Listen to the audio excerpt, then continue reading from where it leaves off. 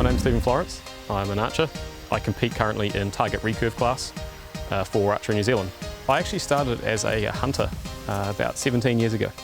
My dad and I were looking for a new sport and we were playing with guns, and we wanted something that we could practice in our backyard, which is frowned upon when you shoot rifles in suburban Auckland.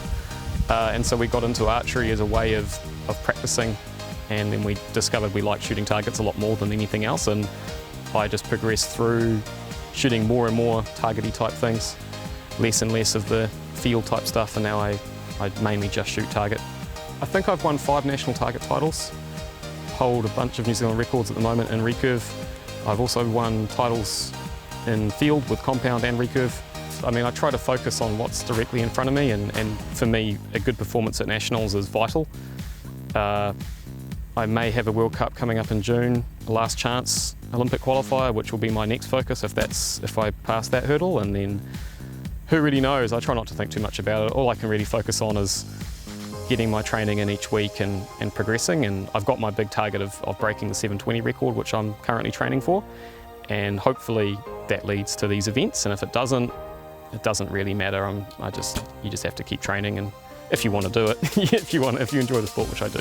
Disciplines you're going to see featured at nationals are target recurve, my discipline, target compound, and bare bow recurve.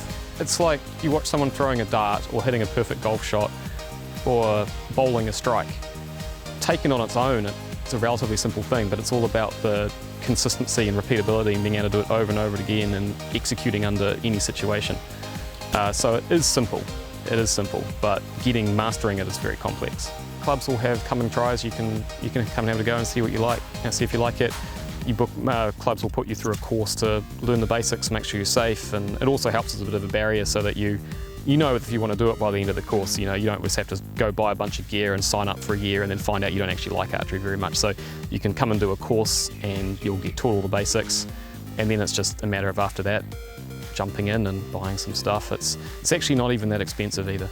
$300–400 will get you shooting arrows and getting the enjoyment of and frustration of put them in the middle, pull them out, do it again, but better. Oh man, and you don't have to sell me on that. I really enjoyed the live stream first. It was the first time I've ever seen myself shooting, and it was the time I won. And it was the time I won the match play, and I get to go back and watch it. So I couldn't be more stoked about that. We just don't get that opportunity to shoot in front of a live audience, and it sounds funny, but the difference between someone filming you and someone not.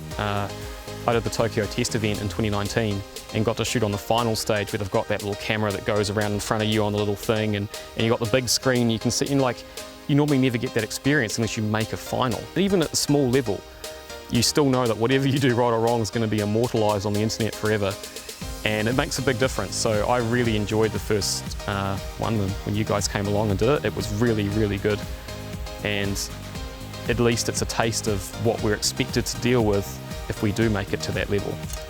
That's quite a hard thing for us to do, is bridging that gap between what we can do domestically and what we're expected to do internationally. I can't speak enough positive things about having these things televised and giving us small sports a bit of a leg up. It certainly was awesome for me.